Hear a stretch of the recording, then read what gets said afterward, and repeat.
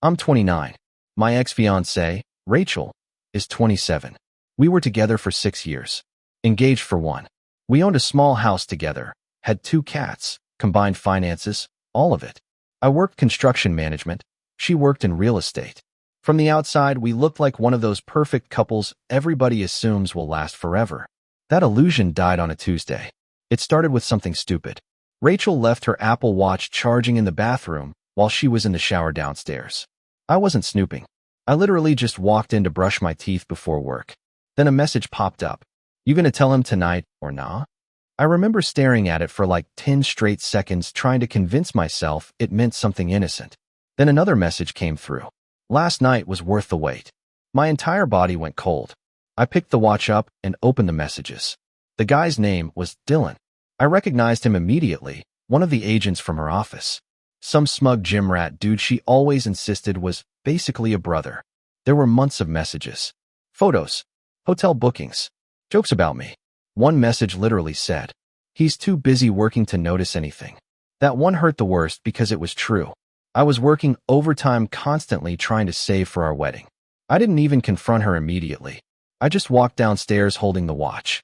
The second she saw my face, she knew. She went pale instantly. I asked one question. How long? She started crying before I even finished the sentence. For months.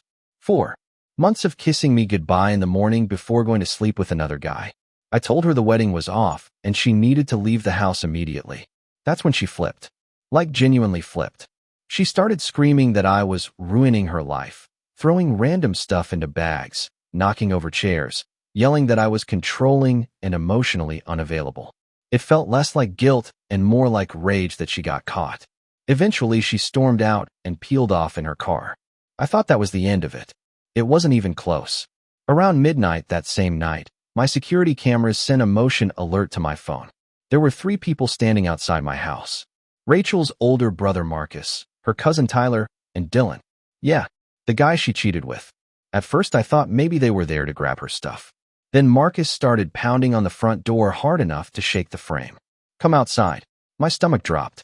I checked the live camera feed again and saw Dylan holding a baseball bat. Not joking. An actual metal bat. I immediately locked the bedroom door and called the police. Meanwhile, these idiots were circling my house yelling threats loud enough for neighbors to hear. Tyler kicked over one of my patio chairs while Marcus kept shouting that I embarrassed Rachel and needed to handle it like a man. Then Dylan smashed my mailbox with the bat. I'm not gonna lie, I was scared. People online love pretending they'd go full action movie hero in situations like this. But when 3 angry dudes are outside your house in the middle of the night, adrenaline hits different. The dispatcher stayed on the line while officers were on the way. Then things escalated even further. Marcus started trying to force my front door open. Full shoulder slams against it. The deadbolt was literally rattling. At one point, I genuinely thought they were about to get inside. Then I heard glass shatter. One of them had broken a side window near the kitchen. That was the moment everything stopped feeling dramatic and started feeling dangerous. The police arrived maybe 30 seconds later. And these absolute morons ran. Like full sprint down the street.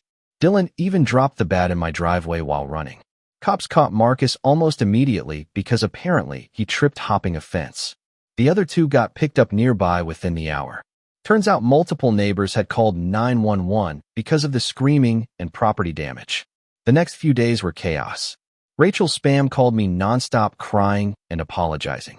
Her parents called me asking me not to press charges because Marcus had too much to lose.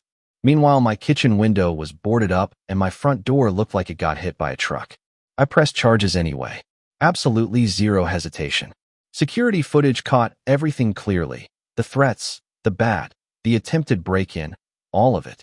Here's where karma finally kicked in. Dylan ended up losing his job because the arrest became known around Rachel's office. Marcus got hit with property damage and criminal trespassing charges. Tyler got slapped with probation because apparently this wasn't even his first arrest. And Rachel? She lost almost everyone. Turns out her friends didn't appreciate finding out she cheated, then allowed 3 idiots to show up at my house like wannabe mobsters. But the craziest part happened about 2 months later. I was at the gym one night when I saw Rachel sitting in her car outside waiting for me.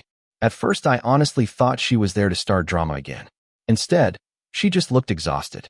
No makeup, eyes swollen. Completely different person from the confident woman I knew. She asked if we could talk. Against my better judgment, I agreed. We sat on a bench outside the gym while she cried and admitted everything. Apparently, Dylan dumped her almost immediately after the arrests because he didn't sign up for crazy family drama. Her office reputation tanked. Her brother blamed her for his charges. Her parents were furious about the legal fees. Then she said something I'll never forget. I thought if people got angry enough at you, it would somehow make me feel less guilty. That hit hard because it explained everything. The lies, the intimidation, the threats. All of it was about avoiding accountability. She asked if there was any chance we could start over. And honestly, a year earlier I probably would have said yes. But sitting there looking at her, all I could think about was the sound of someone trying to kick my front door down at midnight. You can forgive someone and still realize they don't belong in your life anymore. So I told her no. Not angrily, not dramatically, just calmly. No matter how sorry you are now, you still chose all of this. She cried quietly for a minute, nodded, and left. That was the last time I saw her. A year has passed since then. I sold the house, moved closer to the city, got promoted at work, started dating again eventually. And weirdly enough, the whole experience taught me something important. The cheating wasn't the real ending of the relationship. The real ending was seeing how far people were willing to go once the truth came out. That's when you find out who somebody really is.